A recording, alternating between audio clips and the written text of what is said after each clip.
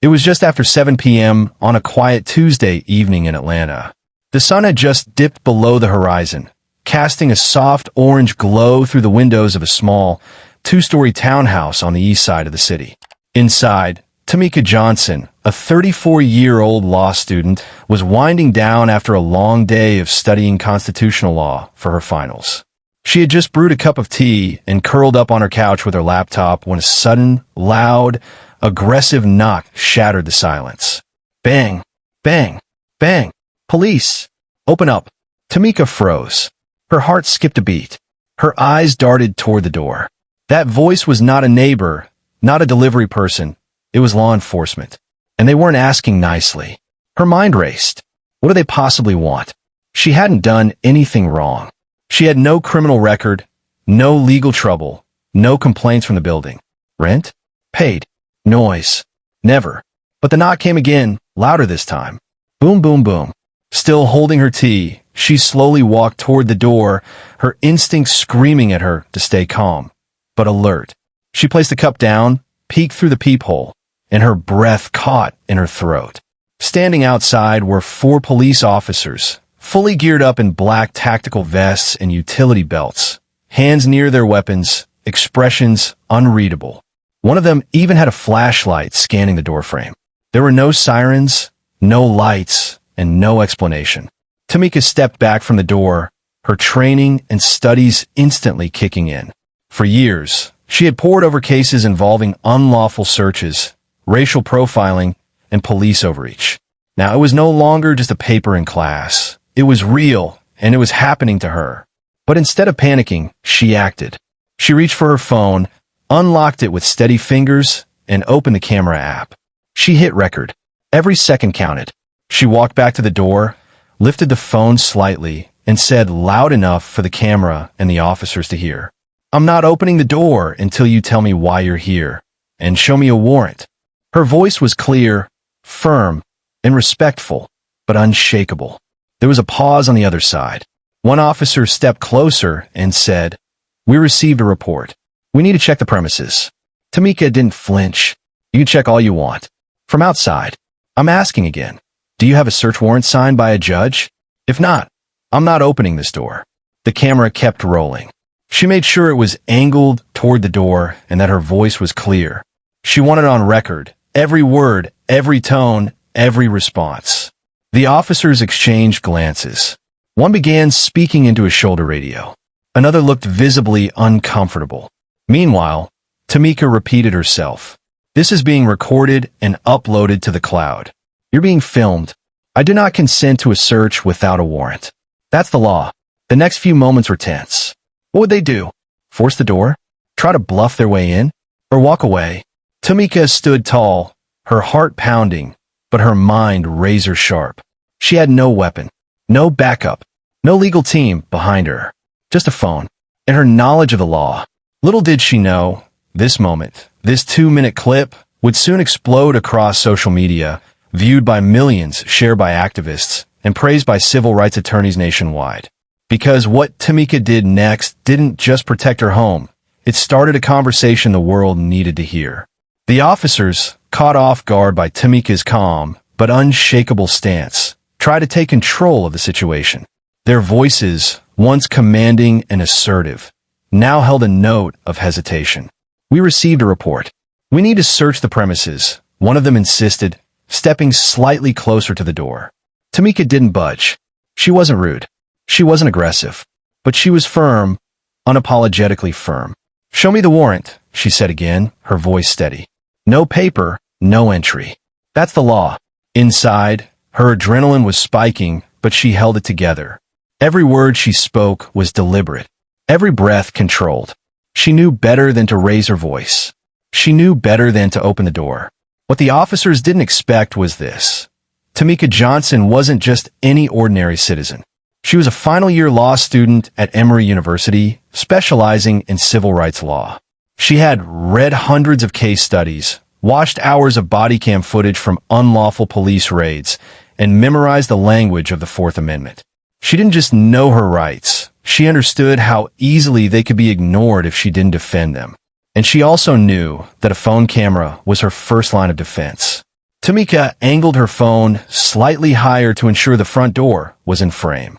"Are you refusing to show me a warrant?" she asked, projecting her voice for the recording.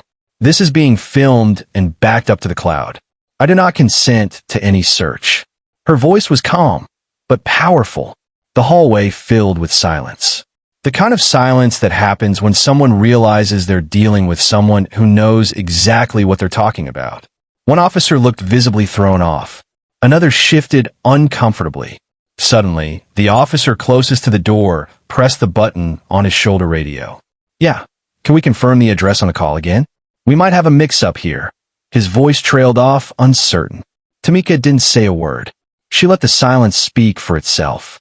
The camera kept rolling. Her breathing remained even. The second officer, now clearly doubting their reason for being there, mumbled something Tamika could barely hear through the door. "Could be wrong address. I don't know." Then, just like that, the tone changed. The officers, once ready to force themselves into what they thought was a valid situation, now started backing away, literally and figuratively. The authority in their posture weakened as they retreated a few steps from the door. "Ma'am, we'll look into this. Sorry for the inconvenience," one said flatly, barely meeting the peephole with his eyes. Tamika stayed quiet until she heard their boots moving away from the porch. Only then did she exhale deeply, but she kept recording for another full minute, just in case. And then she did something simple, but incredibly smart. She saved the footage to the cloud, to her drive, and to her email. She knew better than to keep it stored only on her phone. In the moments that followed, she sat down slowly at her kitchen table, still holding her phone, still processing what had just happened. She hadn't screamed. She hadn't resisted. She had simply stood her ground, and the law had stood with her. She texted a friend. "They came to my door. No warrant. I shut them down. That short clip? It would be online in minutes. And in just a few hours, the whole world would be talking." Because in that moment, Tamika approved something powerful. You don't need a badge to have authority. You just need to know your rights and be brave enough to use them. What Tamika Johnson did that evening wasn't just courageous. It was legally airtight. She didn't scream. She didn't resist. She didn't try to run or escalate the situation. She simply stood tall, remained calm, and invoked her rights with clarity and confidence. And most importantly, she was right. At the center of Tamika's defense was the Fourth Amendment to the United States Constitution. It's a piece of law every American has heard of, but few truly understand. It protects people from unreasonable searches and seizures, and it clearly states that no home may be searched without a lawful warrant.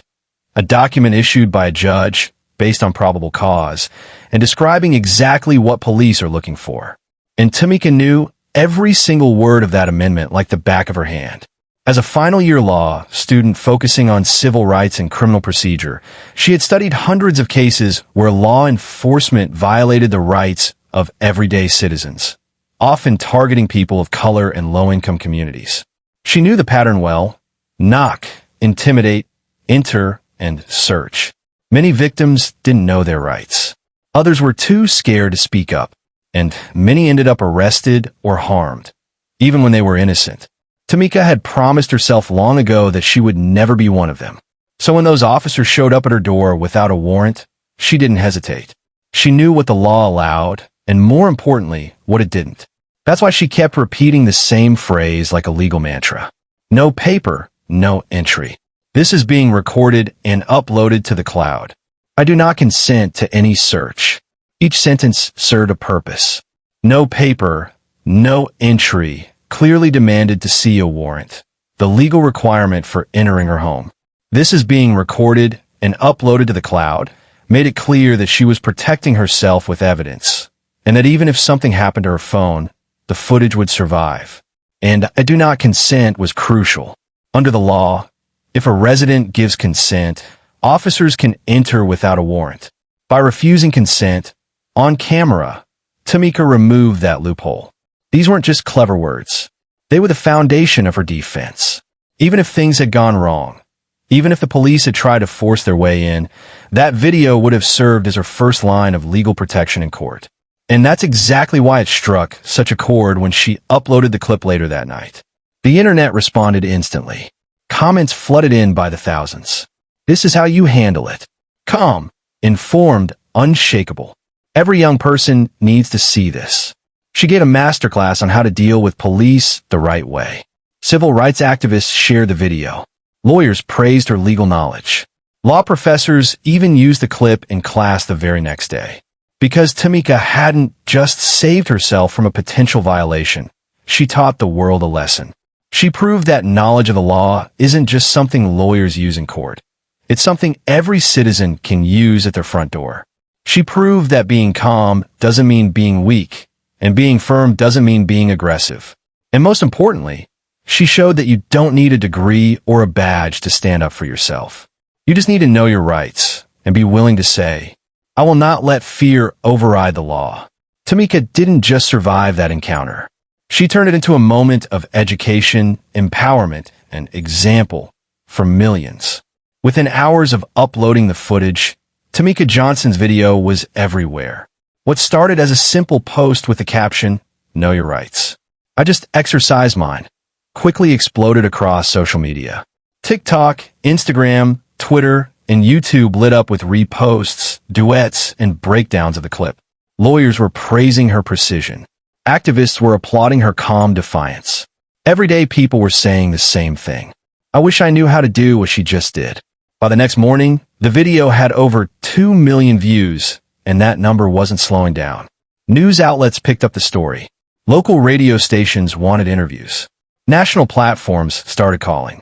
Tamika's phone blew up with messages from friends, classmates, professors, and even strangers, thanking her for setting an example.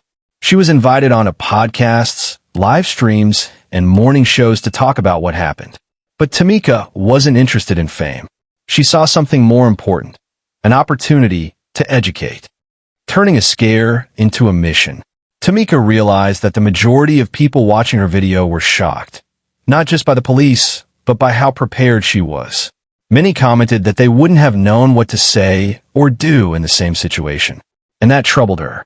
So instead of letting her moment of viral attention fade away, she launched something powerful. Power, Peace, and Protection. Know Your Rights 101. A free, online workshop open to anyone. The mission was simple. Teach people how to legally protect themselves in interactions with police, especially at home or during traffic stops. She made short videos breaking down complex legal concepts into easy-to-understand language. She explained what a real search warrant looks like, what officers are legally allowed to do, and, just as importantly, what they are not allowed to do. Within the first 48 hours, the workshop had over 50,000 signups. Within a week, that number had tripled. Tamika used the momentum to team up with civil rights organizations, legal nonprofits, and even local libraries to offer both digital and in-person sessions for youth, parents, and community members who often felt powerless when dealing with law enforcement. This isn't about hating the police, Tamika said in an interview. It's about balance. It's about knowing how to protect yourself legally, without fear or confusion. The law is supposed to protect everyone, but only if you know how to use it. Not just a moment, a movement. Tamika's calm, clear-headed defense of her rights resonated with millions because it highlighted a truth that often goes unspoken. Far too many people are afraid during encounters with the police, not because they've done anything wrong, but because they don't know what the police are allowed to do. Tamika didn't scream. She didn't threaten. She didn't run. She simply used her knowledge and stood firm. And that gave others permission to believe they could do the same. Before long, Tamika's story became part of a larger national conversation. Schools reached out asking her to speak. Community groups invited her to give workshops. Even seasoned lawyers praised her for helping bridge the gap between legal theory and everyday survival. Tamika had never planned to become a public figure, but fate had other ideas. One moment of courage and clarity turned her from a law student into a leader of a growing movement. And all because, when faced with intimidation, she stood at her door and said, "Show me the warrant." 2 days after the incident, just as Tamika's story was dominating timelines and news cycles across the country, the Atlanta Police Department released a public statement. In a carefully worded press conference, the department admitted what many already suspected. The officers had gone to the wrong address. According to their report, a dispatch error led officers to Tamika's home instead of the 1-2 blocks away, where a noise complaint had been reported. No search warrant had been issued. No probable cause had been confirmed. In short, they had no legal reason to be at her door. The spokesperson added, "We regret the confusion and have initiated an internal review to ensure proper procedures are followed moving forward." But for many, it wasn't enough. Social media users and legal experts called out the department's vague language and lack of accountability. Had Tamika not known her rights, had she opened the door, the situation could have turned out very differently. Tamika, however, didn't respond with anger. She responded with purpose. Grace in the aftermath. When reporters asked how she felt about the apology, Tamika replied, "It's not about me. I'm safe. But what about the people who don't record, who don't know their rights, who get caught in these mistakes and can't protect themselves?" Her words hit hard. While the department tried to downplay the error as a rare misstep, Tamika and many others knew the truth. Mistakes like this happen every day across America. And too often, they don't end with a simple retreat. They end with arrests, trauma, or worse. Tamika used the attention to shine a light on the broader issue: systemic overreach, poor training, and lack of community trust. She called for mandatory rights training in high schools, body cam transparency laws, real accountability for officers who violate constitutional protections. And the most surprising part? People listened. A new chapter begins. Tamika graduated law school that same year with honors. She passed the bar exam shortly after and now works as a civil rights attorney specializing in unlawful search and seizure cases. Her first client? A young mother whose home was searched without a warrant during a domestic disturbance call. Another mistake that led to trauma for her and her children. Tamika took the case pro bono and won. But her work didn't stop there. She started a nonprofit called Shielded Voices, an organization dedicated to educating marginalized communities about their legal rights, offering free workshops, printable resources, and even a mobile app that lets users record interactions and instantly upload them to the cloud, just like she did. She also launched a YouTube channel where she breaks down real legal scenarios and teaches viewers how to respond safely and lawfully when dealing with law enforcement. Within months, her channel gained hundreds of thousands of subscribers, and more importantly, thousands of thank you messages from people who felt more empowered than ever. From fear to force for change. Tamika's story wasn't just about a door that stayed closed. It was about a movement that opened minds. It reminded people that you don't have to be a lawyer to know your rights. You don't have to be aggressive to stand your ground. And you don't have to be famous to make a difference. What happened to Tamika could have ended in fear and frustration. Instead, it ended in education, action, and hope. And all it took was one woman, one phone, and one sentence that echoed louder than any knock on the door. No warrant, no entry.